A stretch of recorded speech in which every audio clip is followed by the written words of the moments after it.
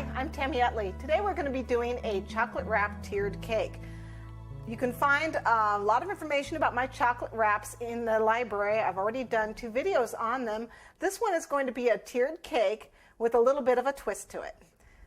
We're going to be using a pasta machine, and we're going to be using some shelf liner.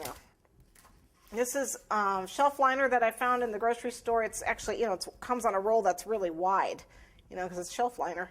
And then I cut it into strips. But what I liked on this is that it's a textured shelf liner. If you can see the ridges on this, I really liked that. And so that's what we're going to be wrapping our cake with chocolate.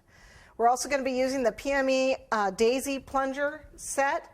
They're plunger cutters. With the daisies, we're going to be using these are the 2 smaller ones. The larger one we don't need, so we're using the 2 smaller ones. And actually, I don't think we're using both of them. I just can't remember which size I'm going to use. We're going to need an angled spatula.